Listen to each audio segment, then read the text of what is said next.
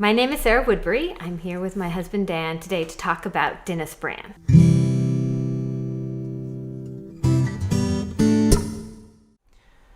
Dinas Bran is one of our favorite places to go.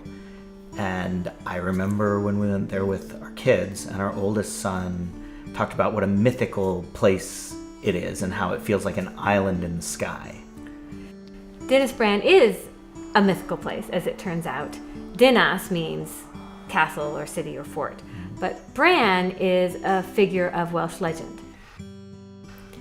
He is included in Welsh mythology, sort of the more pagan aspect, as well as the later Arthurian legend, to the point that Joseph of Arimathea, who gave Christ his tomb, after Christ's death brought the Holy Grail, the cup of Christ, what was used during the Last Supper, to Britain and gave it to Bran, along with his daughter. So Bran was Joseph of Arimathea's son-in-law.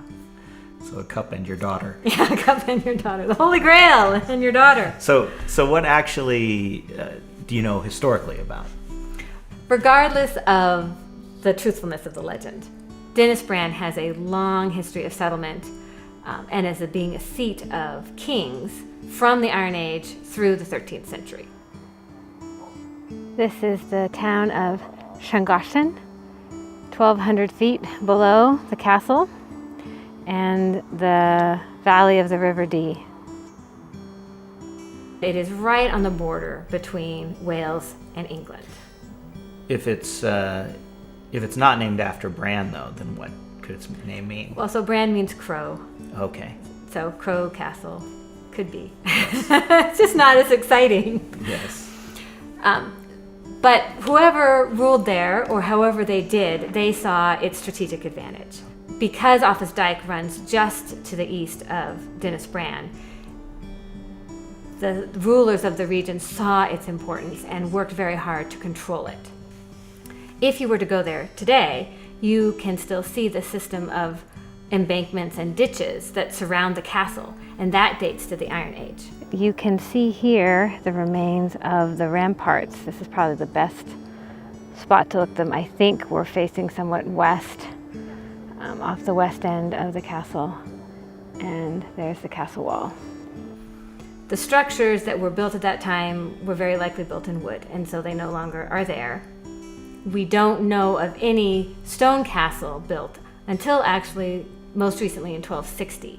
Standing in the ruins of Dinas Bran, or on them, as the case may be, it's hard to get a picture of what the castle once looked like. This is believed to be the gatehouse. That would make some sense. Here's the curtain wall going around.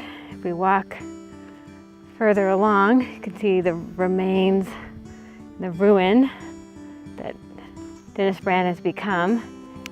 So the wall went all the way around the Great Hall, and then sort of a keep here in the back. That castle was then destroyed in 1277. At that time, Dinas Bran had fallen under the jurisdiction of Llywelyn ap Griffith, who was the last Prince of Wales. The Normans invaded in 1277 under King Edward and besieged Dinas Bran. The defenders chose to burn it to the ground rather than allow the Normans to take it. So this is the hike up to Dinas Bran. I have set an untold number of books here. Matt, who married Anna in the After Queen Mary series, this is his seat. In Footsteps in Time, he comes here to rebuild it after Edward destroyed it. And also scenes from The Last Pendragon and the Pendragon's Quest take place here when it was a post-Roman hill fort. Most recently in The Renegade Merchant of the Gareth and Gwen Medieval Mysteries. Howell came up here and almost lost his life at the hands of his uncle Mad Dog, who was the king of Powys. It was his seat along with Susanna, who was King Owain of Gwynedde's sister. One of the cool things about Dinas Bran, up until its destruction, was that it was an administrative center for the region.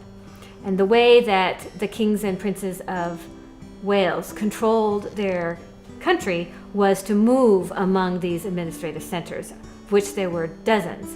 They were called sheaths or palaces, and we'll talk more about these multiple sheaths, particularly in Gwynedd, next week. If you like this video, click on the playlist or subscribe to my channel. There'll be a new video next week. And if you want to check out my books, click on the link to my webpage.